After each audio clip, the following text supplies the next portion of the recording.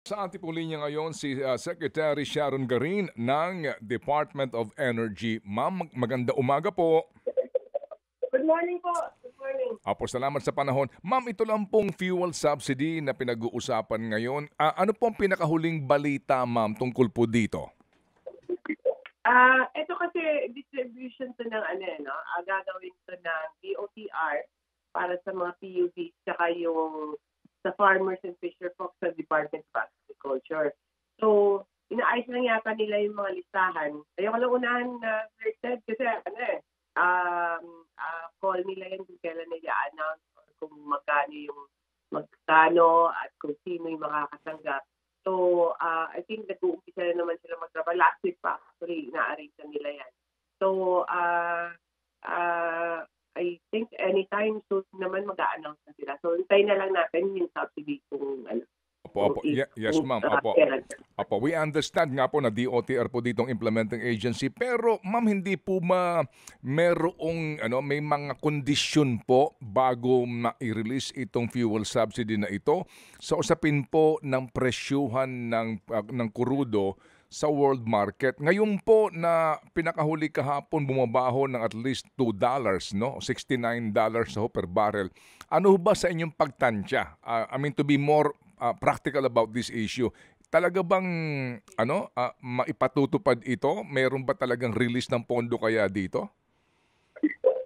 Hindi pa naman sigurado kung ano yung trend ngayon eh. Pangalawang araw pa lang tayo, no? At di mo alam kung ano yung behavior ng mga involved sa conflict sa Middle East. Pwede siyang bumaba lalo or pwede din siyang umakyat ulit.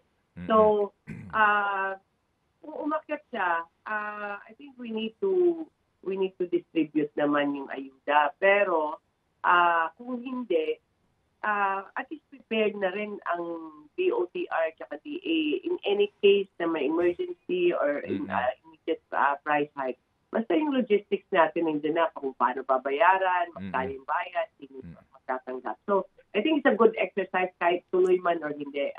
Opo. Sige po. So, ma'am, ito pong supposed to be major na oil price increase hinati sa dalawa. Bukas daw po yung second tranche nito, no, for this week's increase.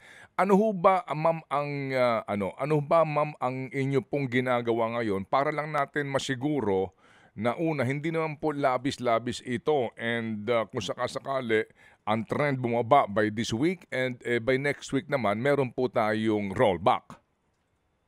Opo. Dapat may rollback kung ang average ngayong week mas mababa kaysa sa average last week. Ayun yung minomonitor ng DOE. Kailangan mag-reflect yung pagbaba ng presyo this week sa presyo next week. Weekly kasi yung natin, no? Yung adjustment every Tuesday.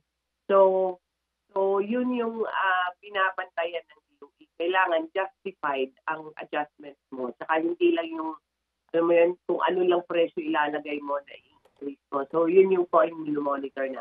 So if continuous yung trend ngayon at bumaba tayo hanggang 65, i-average yan. Kasi kung bisa tayo mga 70 yata nung start the week, tapos bumaba sa ngayon. So mag-average siya, babawas siya ng mga ilang $5, halimbawa $5 per barrel. So magre-reflect po yan sa Tuesday next week. So bawi-bawi rin siya. Opo. Sige po. So ma'am, kayo daw po ay nasa labas ngayon para mag-inspeksyon po sa ilang gas station. Ano po ang inyong purpose, ma'am? Ano po ang inyong gusto hong malaman? Actually, naplano na yan dati pa kasi gusto namin monitor yung compliance ng mga gas stations. May team kami sa DOE na iikot para ma-check na tama yung mga commitments na ginagawa ng mga oil companies, yung commitment nila para tumulong sa bayan, no?